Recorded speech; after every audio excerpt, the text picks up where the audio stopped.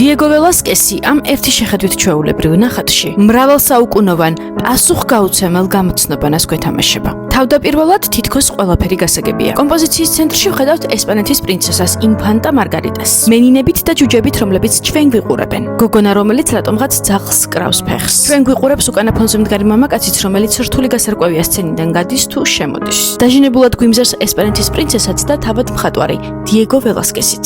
თავარი კითხვა სწორედ აქ ჩნდება. ვის ხატავს მხატვარი ამ უზარმაზარ ტილოზე? ინფანტა მარგარიტას შესაძლოა, თუმცა ნაკლებ სავარაუდო. იქნებ ესპანეთის მეფეს და დედოფალს, რომლებიც წესით იქდგანან, სადაც ახლა ჩვენ. სწორედ ამიტომ ვერ მოხვდნენ ნახატში, თუმცა მათ აქ ყოფნას სარკეში არეკლილი გამოსახულება გვაუწყებს. ასეთ შემთხვევაში გამოდის, რომ ეს უცნაური მზერა არა ჩვენკენ, არამედ ესპანეთის მეფისა და დედოფლისკენ არის მიმართული. მაგრამ იქნებ მეფე დედოფლის ანარეკლის სარკეში არა მათი რეალური გამოსახულების ანარეკლი, არამედ კედელზე დაკიდებული პორტრეტის ანარეკლი. ან იქნებ სულაც არ არის სარკე და უბრალოდ ნახატი კიდია კედელზე. სინამდვილეში კი მხატვარი ჩვენ გვაკვირდება, როდის ამოვხსნით ამ გამოცანას.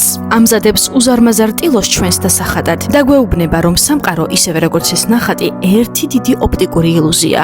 განზომილება, სადაც შესაძლოა ერთდროულად ვიღოთ მაყურებელიც და სცენის მონაწილეც.